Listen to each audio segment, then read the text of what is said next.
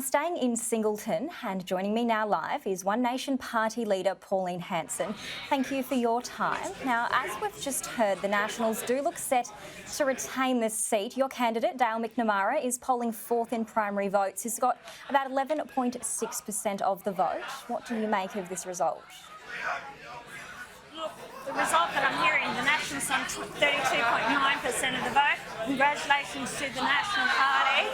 They look set to possibly pick up the seat. That's great, but they halved their vote to what they used to get in this seat. So it's a clear indication that people are not really happy with the National Party.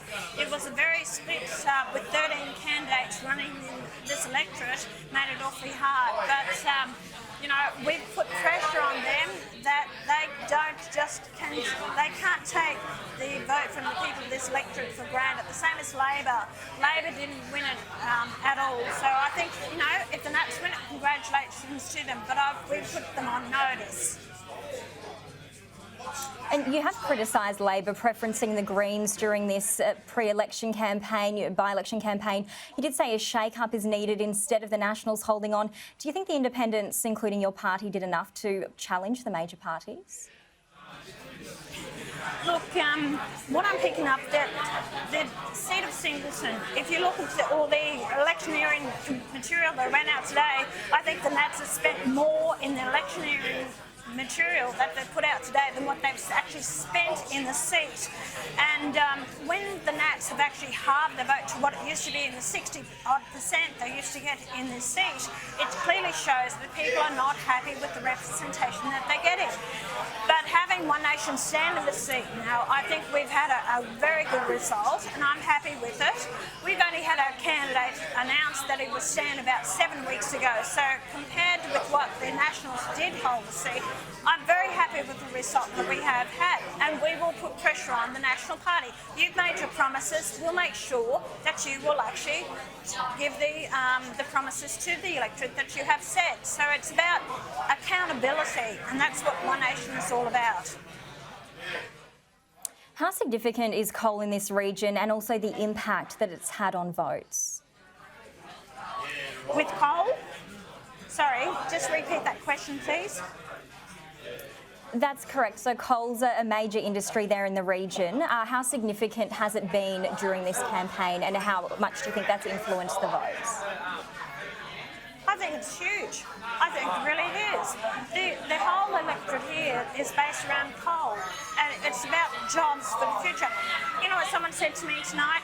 He said, you know what, the people that have made their money out of the coal, he said, now they're becoming worried about the environment. He said people who are actually in the coal industry, you know, they're not really so worried about the environment as such that they need their jobs to keep a roof over their head and feed their families. It's all right for people to scream once they've made their huge amount of monies out of the industry to now cry out for the environment.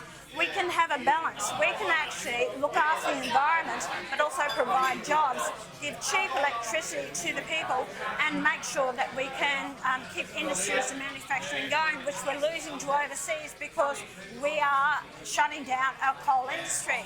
We can have coal-fired power stations. We can produce the diversity of power until technology catches up that we can actually then give that wind and solar. So that's the debate that we need to have. And the major political parties have a bob each way. And will One Nation's result in this by-election give you an indication of how the party's tracking heading into the next federal election? Sorry, it's awfully hard. Sorry, repeat that. Will One Nation's result in this by-election give you an indication of how the party's tracking heading into the next federal election? Look, if we look at the last federal election, Joel Fitzgibbon nearly lost his seat. We came within 800 votes. That's why Joel Fitzgibbon has changed his attitude towards coal here, because he knows he represents a lot of the coal mining industry and people rely on their jobs in that industry. So we actually gave Joel Fitzgibbon a big shake-up with regards to it. He can't take the people here for granted, and he can't have a bob each way. Labor Party needs to make up their mind. What do they actually stand for? And that's exactly what they're doing. When they support the Greens policies, which wants to shut down coal mining, we have, the best coal in the world. That's why people want our coal. We can actually have those coal-fired power stations that is 90% emissions free and deliver the cheap, reliable power that households, businesses, industries, manufacturing, that drive our economy. That's what we need.